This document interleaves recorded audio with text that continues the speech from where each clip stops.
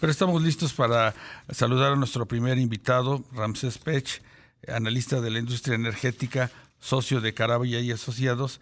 Y es que, como usted sabe, Petróleos Mexicanos tuvo un arranque de año muy complicado en materia financiera, además de que, pues, operativamente no ha tenido, digamos, que el salto en la producción que pues toda la administración esperaba a partir de la inyección de capital que se ha dado a este gigante petrolero. Ramsés, muy buenas tardes.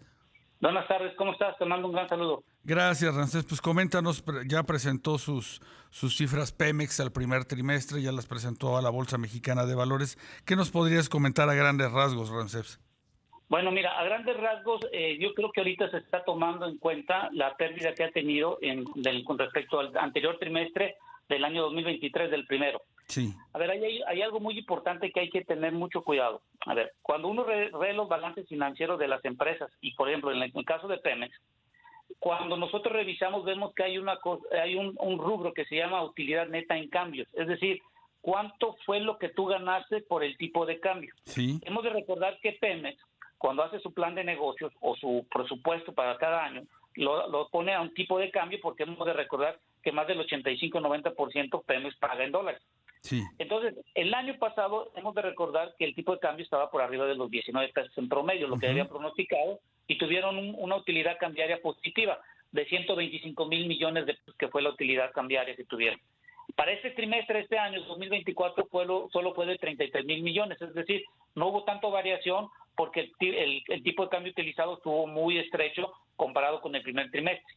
Este dinero no es un dinero que puedes decirlo así, lo tienes en tu bolsa, es un dinero de papel, es un dinero ficticio que te ayuda en el balance. Sí. Si yo llego a quitar este dinero que no está como un flujo de efectivo, si no es algo en el balance, pues Pemex estaría alrededor de casi de los 37,000 millones de pesos negativos este primer semestre, y el año pasado estaría más de 200,000 millones de pesos todavía por lo que tendría negativo si no tuvieran esta transición. Entonces, Sí.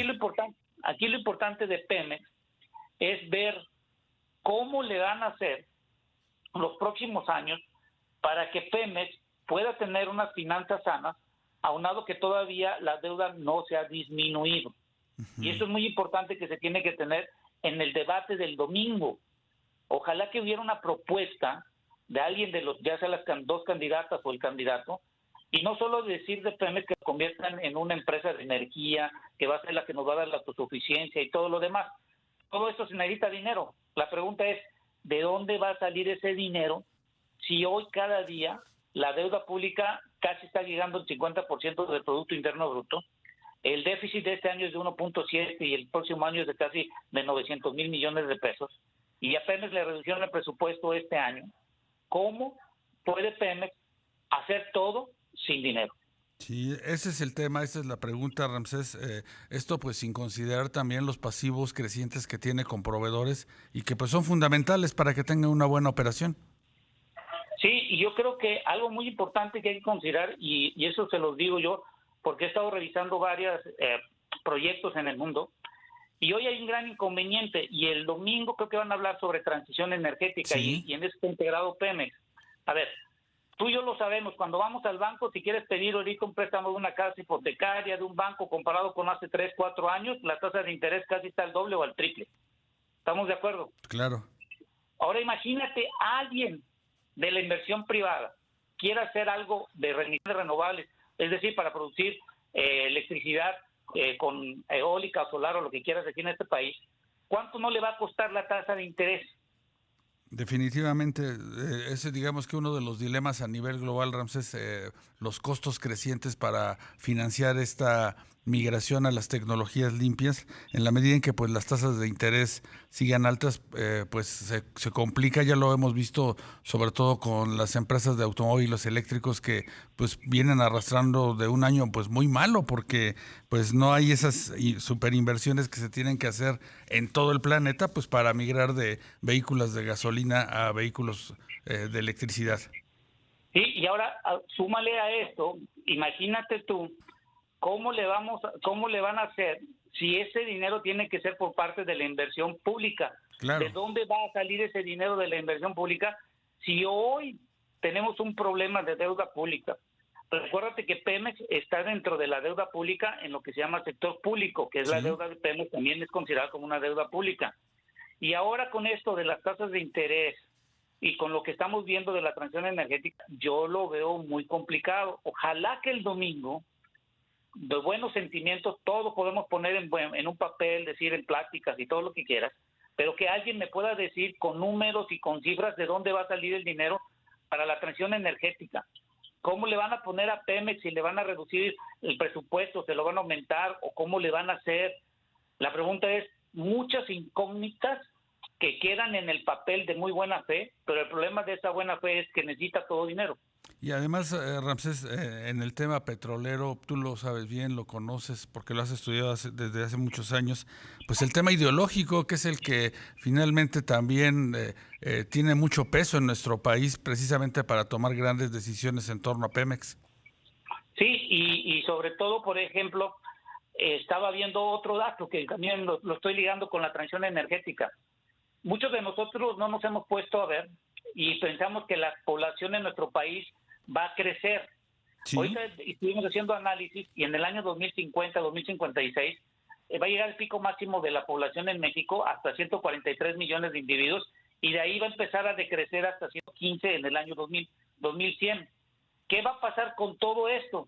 Que hoy en día hemos de recordar que las mujeres, hoy en día desde en 1950, las mujeres tenían hasta 7 hijos. Sí. Y creo que las mujeres han sido valoradas y han tomado la propia decisión y son bien valorizadas. Hoy nomás algunas de las mujeres quieren tener 1 o 2 hijos. Eso significa que van a haber menos bebés naciendo y una mayor cantidad de personas falleciendo.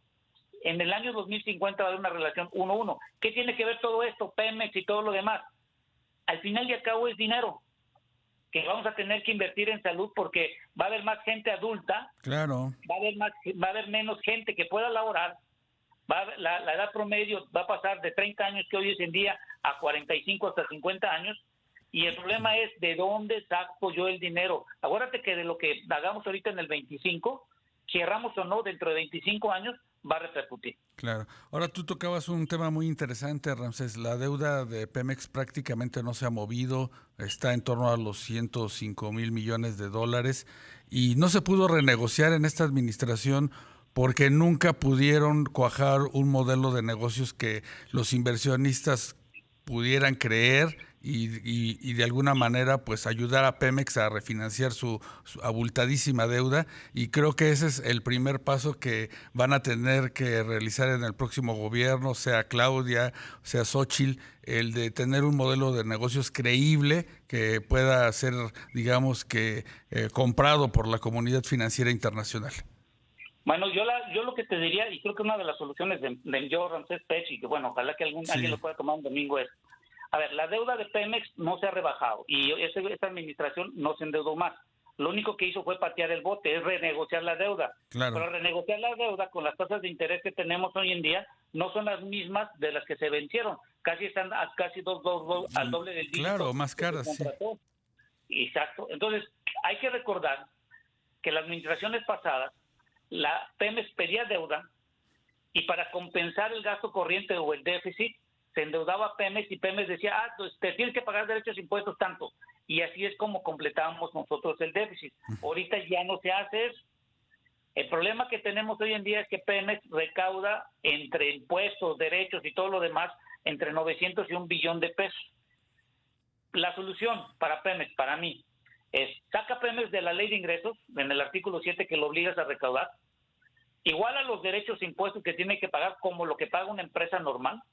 Y tercero, la deuda de Pemex es de la nación porque es deuda pública.